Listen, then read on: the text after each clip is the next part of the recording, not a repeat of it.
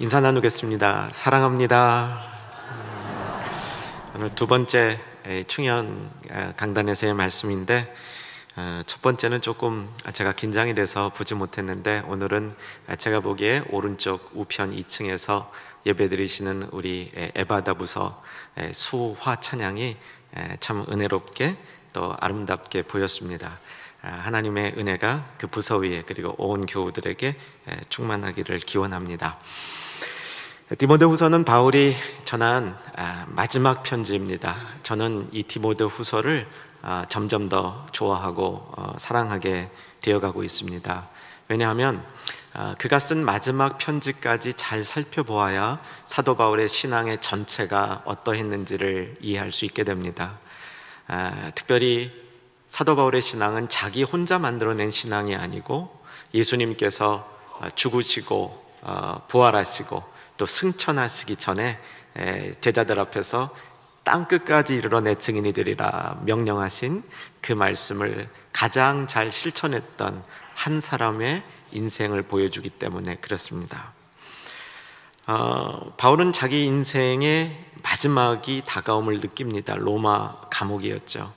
감옥이라는 환경 속에서 이제 내 인생은 끝났구나 생각하면서 디모데를 자기에게 오라고 부릅니다. 디모데 후서는 디모데를 부르는 편지입니다. 그런데 그냥 오라고만 부른 것이 아니라 오면 해줄 얘기를 디모데 후서에 미리 적습니다. 사랑하는 여러분, 공부하실 때 예습하는 게 효과적이었습니까? 복습하는 게 효과적이었습니까? 얼굴 보니까 공부를 안 하신 분들 같아요. 예습하는 게 굉장히 효과가 있습니다. 바울은 디모데에게 오면 전해줄 얘기를 편지에 미리 놨습니다. 예습하고 오라는 것이죠. 바울은 디모데가 잘 예습하고 와서 준비되어 있으면 거기 하고 싶은 일이 있었습니다. 안수해주고 싶었습니다. 안수해줌으로 디모데 속에 있었던 그 은사가 불일 듯 일어나도록 만들어주는 것이 바울의 목적이었습니다. 그러니까 하나님의 교훈을 잘 받고 준비된 상태로 주님 앞에 나오면 하나님께서 성령을 불일 듯 일으켜 주시는 역사를 일으키실 수 있다는 것입니다. 저는 오늘 본문을 생각하면서 오늘의 예배가 여러분들에게 그런 예배가 되기를 마음속으로 기원하며 축복합니다. 하나님의 말씀에 잘 준비된 영혼들은 그 말씀을 통해서 성령께서 기름 부어주셔서 내 속에서 불일 듯 하나님의 은사가 나타나는 역사를 경험하게 된다는 것입니다. 준비된 마음으로 쓰시고 또 준비된 마음으로 늘 주 앞에 나올 때 그 예배는 그때마다 하나님이 주시는 은혜로 가득 차리라 그렇게 확신합니다. 말씀드렸지만 디모데후서의 배경은 바울이 로마 감옥에 갇혀서 죽음을 예견하고 있는, 다시 말해서 살아날 소망이 전혀 없는 상태에서 쓴 편지입니다. 그런데 그 주제는 놀랍게도 복음은 매이지 않는다는 것입니다. 복음은 절대로 매이지 않는다는 것입니다. 이 말씀 사랑하시면 한번 따라 하십시다. 복음은 매이지 않는다. 자기의 인생은 매여 있습니다. 감옥에 매여 있고 죽음을 앞두고 있습니다. 꼼짝할 수 없습니다. 그런데 그는 그 환경 속에서 복음이 매이지 않는다는 사실을 깊이 깨닫게 됩니다. 복음이 매이지 않는다는 사실을 디모데 후서가 여러 가지 모습으로 설명해 줍니다. 오늘은 그 여러 가지 가르침 중에 한 가지 가르침에만 집중할 테인데, 깨끗한 그릇이 쓰임받는다는 것입니다. 복음이 매이는 중요한 이유는 사실은 외부의 환경에 있는 것이 아니고 내 안에 있습니다. 내 부족함 때문에, 내 자신 속에 있는 정결하지 못함 때문에 복음이 매이지요. 그래서 오늘 이 말씀은 분명히 앞뒤 좌우가 잘 맞는 선포라고 믿어집니다. 깨끗한 그릇이 쓰임 받는다. 저는 제가 목사이지만 한 성도로 이 세상을 살아가면서 적어도 세 가지는 꼭 해보고 싶습니다. 제가 해보고 싶은 첫 번째 것은 하나님을 자주 보고 사는 겁니다. 두 번째는 하나님 앞에 쓰임 받고 싶습니다. 여러분 어떠세요? 하나님 앞에 진짜 쓰임 받고 싶으세요? 한번 심차게 보십시다. 하나님 앞에 쓰임 받고 싶으신 분 아멘? 하나님 앞에 쓰임 받고 싶은 열정이 있을 때 어떻게 쓰임 받는지를 배우게 되죠. 쓰임받고 싶은 마음도 없는 사람을 하나님이 어떻게 사용하시겠습니까? 세 번째, 제가 꼭 하고 싶은 일이 예수님의 신부가 되는 겁니다. 남자분들은 조금 어색할지 몰라요. 신부가 된다니까 여자분들은 편하지만, 근데 여자분들은 맨날 하나님의 아들이라 그러면 우리 믿는 사람이 하나님의 아들이라 그러면 조금 어색해요. 그거 다 감수하고 지내오셨으니까 남자분들도 예수님의 신부가 되는 것에 대해서 어색하지 않으시기를 권면합니다. 근데 이제 이게 세 가지 평생 하고 싶은 일들을 살펴보니까 이 하고 싶은 일들의 공통점이 있습니다. 하나님을 보려면 어떻게 해야 된다고 성경에 써 있냐면, 마음이 뭐한 자가, 청결한 자가 하나님을 볼 것이요. 팔복 중에 나오죠. 마음이 청결해야 됩니다. 예수님의 신부가 되려니까 오늘 본문에서 뭐라고 얘기합니까? 깨끗한, 쓰임을 받으려니까 뭐라고 얘기합니까? 깨끗한 그릇이 쓰임을 받는다고 얘기합니다. 예수님의 신부가 되려면 무슨 조건이 필요합니까? 딱 한 가지 조건이 필요합니다. 순결한 신부. 순결해야 되죠. 그래서 이 깨끗함은 우리가 하나님과 안에서 꼭 해보고 싶은 일들을 이루는 조건이 되는 것입니다. 그런데 이 깨끗함은 단순히 우리가 정직하게 이 세상을 살고 선하게 살아가는 것 이상의 의미가 있다고 판단이 듭니다. 우리는 깨끗할 때 속에 열정이 생깁니다. 이 깨끗할 때 생기는 열정을 순수한 열정이라고 이야기합니다. 사랑하는 여러분, 순수한 열정 가지시기를 주님의 이름으로 축복합니다. 깨끗한 영혼 속에 부어지는 열정은 과대한 열정이 아닙니다. 자기에 사로잡혀 있는 집착적인 열정이 아닙니다. 그저 성격이 그렇기 때문에 나오는 그런 열정이 아닙니다. 순수한 열정입니다. 잘 정제되어져 있고 그 방향성이 뚜렷한 열정, 순수한 열정은 그 영혼의 깨끗함 가운데 나온다는 말씀입니다. 저는 바울을 보면서 그의 일생을 쭉 돌아보니까 정말 열정적인 사람이었던 것 같아요. 어떻게 이렇게 열심히 있을까? 이런 표현도 써본 적이 있어요. 바울은 신발 타는 냄새가 나는 걸 맡도록 세상을 돌아다니면서 복음을 전했다. 정말 그런 것 같아요. 여러분, 그러한 열정을 우리가 같이 한번 오늘 말씀을 통해서 배워갈 수 있기를 바랍니다. 오늘 말씀은 비유입니다. 비유에는 반전이 나타납니다. 처음에 읽었을 때 우리가 깨닫던 것, 우리 마음속에 다가오는 것, 그것과 다른 내용의 교훈을 우리에게 주므로 비유는 힘있게 하나님의 말씀을 우리에게 가르쳐 줍니다. 예수님은 수많은 가르침을 비유로 주셨는데 사도 바울은 사실 비유를 얼마 사용하지 않습니다. 오늘은 몇 개 안 되는 사도 바울의 비유 가운데 하나이니까 더 관심이 있는 것 같습니다. 본문에 나타나는 반전은 세상의 가치와 하나님의 가치가 충돌을 일으키는 것을 통해서 드러납니다. 하나님의 가치와 세상의 가치는 늘 충돌하지 않습니다. 때로는 세상의 가치와 하나님의 가치가 동일할 때도 많이 있습니다. 다만 하나님의 가치는 세상의 가치보다 더 깊이가 있죠. 더 넓이가 넓습니다. 근데 오늘의 그 하나님의 가치는 세상의 가치와 충돌을 하고 있습니다. 한번 같이 본문을 봐주셨으면 좋겠는데 본문을 피십시다. 20절 준비되셨나요? 같이 한번 읽읍시다. 시작.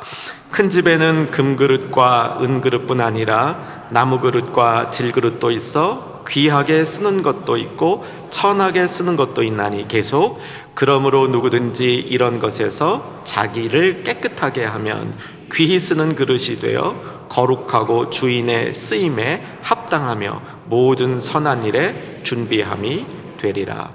20절은 세상의 가치입니다. 큰 그릇은 이 세상이란 뜻이고요, 어떤 분들은 교회 안이라고도 해석을 합니다. 큰 집안에는 금그릇, 은그릇, 소위 말하는 귀한 그릇입니다. 재료가 금과 은이면 귀한 그릇이라는 가치를 얘기하고 있고요. 그런데 그런 그릇만 있는 것이 아니라는 겁니다. 나무 그릇도 있고 질그릇도 있는데 이것은 사람들 가치에는 별로 귀한 것이 아니라는 것이죠. 그래서 세상 가치로는 금과 은으로 만들어진 그릇이 귀한 그릇이고 나무와 질로 만들어지면 그렇지 않다는 것입니다. 그런데 반전이 일어나죠. 하나님 나라에서도 그런가? 하나님 가치도 그런가? 하나님의 가치, 하나님 나라의 가치를 설명해 줍니다. 하나님 나라의 가치는 깨끗하게 하면 귀히 쓰는 그릇이 된다. 그 이유는 주인이 쓰시기에 합당한 가치는 깨끗한 것이기 때문입니다. 여러분, 이거는 어렵지 않게 이해가 됩니다. 왜냐하면 하나님의 부족한 것이 있으실까요? 하나님이 뭐가 부족하실까요? 하나님은 부족한 게 없으시기 분이시기 때문에 하나님 눈에 금과 은은 결코 귀하지 않습니다. 하나님 눈에는 금이냐 은이냐가 귀한 것이 아니고 그 그릇이 얼마나 깨끗하게 닦여 있어서 깨끗해서 하나님 당신의 쓰시고자 하실 때 항상 쓸 수 있도록 준비되어 있는 그릇이 하나님 앞에 볼 때 귀히 쓰시는 그릇이라는 겁니다. 다시 한번 확인합니다. 사랑하는 여러분, 하나님 앞에 쓰임 받으시기를 원하십니까? 여러분 인생이 한번 하나님 손에 붙들려서 사용되기를 원하십니까? 그러면 그 방법이 세상적으로 금, 은으로 만든 그릇이 되는 것이 아니고 나무 그릇, 질 그릇이라 할지라도 깨끗한 그릇이 쓰임받는 사실 앞에 응답하시기를 주의 이름으로 축원합니다. 우리가 깨끗한 그릇이 될 때 그때 하나님은 우리를 자유롭게 사용하시는 것이지요. 제가 섬기는 뉴저지 초대교회가 개척한 젊은이들의 교회가 맨하탄에 있습니다. 뉴저지 초대교회는 뉴저지에 있죠. 근데 거기서 강을 건너가면 맨하탄이라는 세계 최대 도시가 있습니다. 대단한 도시입니다. 거기에 한국 유학생들도 많고 유학 끝나고 거기서 이제 그 직장을 가지고 일하는 이 사람들도 많이 있습니다. 우리 청년들이 많이 있습니다. 수년 전에 그 청년들을 위해서 개척을 했는데 하나님이 축복해 주셔서 부흥했습니다.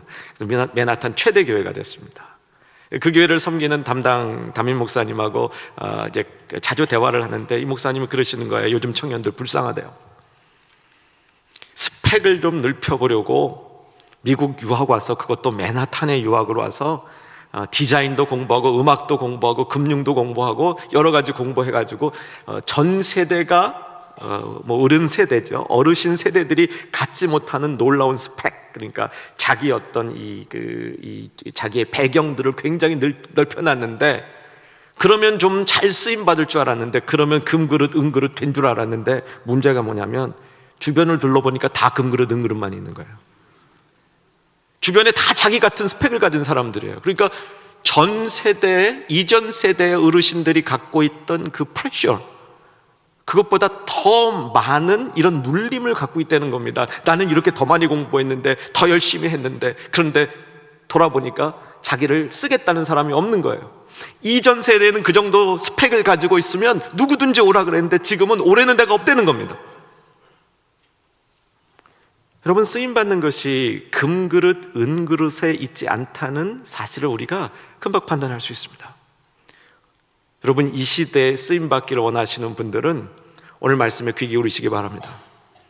어떻게 내 영혼과 삶이 깨끗해져서 주인의 쓰시기에 합당한, 주님이 사용하시기에 좋은 준비가 되어 있을 때 그 그릇을 하나님께서 사용하신다는 것입니다. 이 가르침까지가 1차 반전입니다. 세상의 가치는 금그릇 은그릇 됐는데, 여기 부모님들, 우리 자녀들 금그릇 은그릇 만드시려고 얼마나 노력하세요. 뭐 하나라도 더 시키고 뭐 하나라도 앞서가게 만들려고 노력하세요. 근데 꼭 잊지 마세요. 내 자녀만 그런 것이 아니라 모든 사람들이 그렇게 될 때 여러분의 수고가 그다지 좋은 열매를 못 거둘 수도 있다는 것입니다. 그래서 반드시 잊지 않아야 될 게 있다는 거예요. 깨끗한 그릇 되는 법을 가르치셔야 됩니다. 그것도 하나님 앞에 깨끗한 그릇 되는 방법을 가르치셔야 됩니다. 어떤 젊은이가 매일 저녁에 빵집에 들렀답니다. 허름한 옷차림에 가난해 보이는 이 젊은이가 매일 저녁 시간에 일정한 시간에 빵집에 와서 새로 된 빵 말고 버리는 묵은 빵을 매일 사갔대요. 값싼 돈을 조금 주고. 이 점원으로 있던 아가씨가 그 청년이 조금 안 돼 보여서 자기 나름 호의를 베풀려고 어느 날 저녁에 그 빵에다가 버터를 듬뿍 넣어가지고 청년에게 몰래 준 거예요. 다음날 청년이 같은 시간에 또 왔습니다. 이 아가씨는 고맙다는 얘기를 할 걸 기대했는데 이 청년이 버럭 화를 내는 거예요. 아가씨, 내가 이 빵을 가지고 먹는 데 쓰는 게 아니고 나는 이 대상 그림을 그리다가 망치면 이 빵으로 지우개인데 거기에 버터가 듬뿍 들어있었으니까 내 그림 망쳤다고 화를 내는 거예요. 이 예화는 모파상의 단편소설 묵은빵에 나오는 이야기를 제가 잠깐 패러디한 겁니다. 우리는 내식으로 생각할 때가 참 많습니다. 오늘 본문을 통해서 우리가 배워야 될 교훈은 깨끗해지겠다는 우리의 결심, 이것은 사실은 어려운 결단이 아닙니다. 정말 내가 성도라면, 성령이 내 안에 있는 이 분이라면 깨끗해지자는 말씀의 도전은 아주 쉽게 이해가 됩니다. 이건 반응하기 쉬운 거예요. 그런데 그 다음이 반응하기가 좀 힘든 부분이다. 뭐냐면 내식으로 깨끗해지고 싶은 거예요. 아니면 한번 깨끗해지자 하고 외치고 그냥 돌아왔으면 똑같아지는 거예요. 오늘의 말씀은 그런 우리들의 습관을 용납하지 않습니다. 오늘의 말씀은 내가 깨끗해지겠다는 마음과 결단을 가진 성도들이라면 어떻게 깨끗해질 것인가를 마음속으로 깨닫고 그것을 위한 삶의 도전이 시작되어져야 한다는 것입니다. 우리는 깨끗해지려면 첫 번째, 육신의 이 특성을 잘 알아야 됩니다. 육신은 죄 짓는 데 편합니다. 동의하시죠? 육신은 죄를 짓는 일에 앞서 달려갑니다. 가르쳐주지 않아도 죄를 짓게 되어 있습니다. 그리고 그 죄는 굉장히 교묘합니다. 그래서 깨끗해지길 원하는 성도님들, 내 안에 있는 교묘한 죄를 살피시기를 권합니다. 내 안에 있는 교묘한 죄는 청교도들의 가르침에 의하면 이렇게 접근해 보면 괜찮습니다. 죄를 안 짓고 사는 성도님 같은 분들도요, 나는 별로 죄를 안 짓고 삽니다 하시는 분들, 그런 분들 이렇게 접근해 보세요. 내 안에 이 반목하는 마음들이 굉장히 많아요. 어떤 사람 보면 굉장히 기분 나빠, 이유도 없이. 어떤 사람 자꾸 깎아내리고 싶어. 잘 되는 게 마음속에 굉장히 안 좋아. 여러분, 우리 마음속에 이 반목하는 것이 죄의 시작이라는 겁니다. 여러분 동의되시면 매일같이 내 안에 반목하는 마음이 없는가, 나의 삶에 시각시각 내 안에 반목하는 마음이 있을 때 이게 죄가 시작되는 모습이구나, 당장 중단해야 되겠다 결단하시고 사용하시는 여러분 되시기를 바랍니다. 또 하나 죄의 특성은 뭐냐면, 육신의 특성은 뭐냐면 편안하면 미끄러져 나갑니다. 어쩔 수 없어요. 이건 누구나 다 똑같습니다.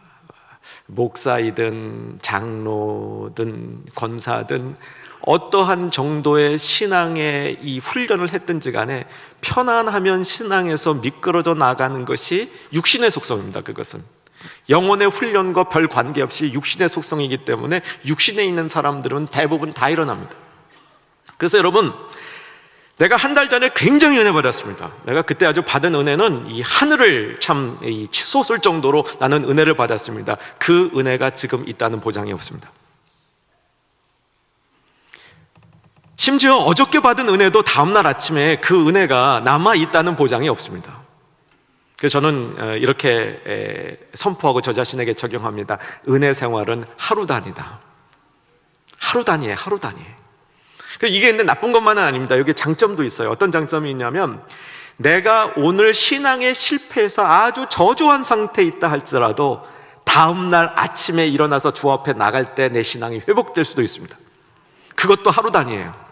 미끄러져 나가는 것도 순간이고요, 하나님 앞에 돌아갈 수 있는 것도 순간입니다. 이것이 은혜 받은 성도들, 특별히 구원받은 성도들이 갖고 있는 특성이며 또한 특권입니다. 하나님 앞에 나갈 수 있는 길이 열려 있다는 것이요. 그래서 우리는요, 미끄러져 나가 있는지 안 나가는지를 조심해야 됩니다. 내가 과거에 이런 은혜를 받았습니다. 내가 3일 전에 이런 은혜를 받았습니다. 내가 일주일 전에 큐티하면서 이런 은혜 받았습니다. 그거 내 안에 남아있기는 하지만 미끄러져 나갈 가능성 많이 있습니다. 또다시 주 앞에 쓸 수 있어야 됩니다. 주 앞에 돌아오지 않는다면 우리는 쉽게 육신을 따라 사는 사람이 될 것입니다. 두 번째, 우리가 깨끗한 삶을, 깨끗한 그릇이 되려면 육신의 특성도 잘 알아야 되지만 좋은 공동체 안에 소속이 돼 있어야 됩니다. 그래서 좋은 교회에 있어야 됩니다. 교회 안에서도 그 안에 있는 소그룹들이 있죠. 좋은 소그룹에 있어야 됩니다. 좋은 소그룹은 그냥 생기는 것이 아니고 내가 그 소그룹의 일원으로 만들어가는 것입니다. 저는 충영교회는 모든 소그룹들이 정결함을 이루어가는 소그룹 될 수 있기를 주님의 이름으로 축복합니다. 그 안에 있는 사람들이 정결해질 수 있는 깨끗한 그릇이 될 수 있는 소그룹들이 대학부, 청년부, 성가대, 봉사부서 안에, 에바다 부서 안에 그런 역사가 일어나야 될 줄로 믿습니다. 제가 전에 유럽에 갔을 때인데, 이제 유럽에서는 기차 여행을 많이 하게 되죠. 이제 호텔에 들어가서 다음 날 이제 정한 시간이 돼서 체크아웃, 호텔을 나와서 이제 기차역으로 이동하려고 그런 때였는데 시간이 별로 안 남았어요. 근데 전날 이렇게 쓴 청구서를 보니까 도착해서 저녁 먹은 그 내역이 안 들어가 있는 거예요. 그래서 여러분 같으면 고민하실 것 같아요, 안 하실 것 같아요? 그때 그냥 갈까 말까? 보통 안 하시죠? 그런데 고민 안 하시죠, 아무도. 그런데 이제 조금 고민이 되는 건 뭐냐면 시간이 급하다는 거예요. 이제 빨리 가야 되는데 이걸 처리하는데 시간이 어떻게 걸릴까라지 않은 이런 이제 생각이 든 거죠. 그래도 뭐 고민할 게 뭐 있습니까? 당장 얘기해야죠. 어저께 먹은 저녁 식사값이 포함 안 돼 있습니다 하고 얘기를 했어요.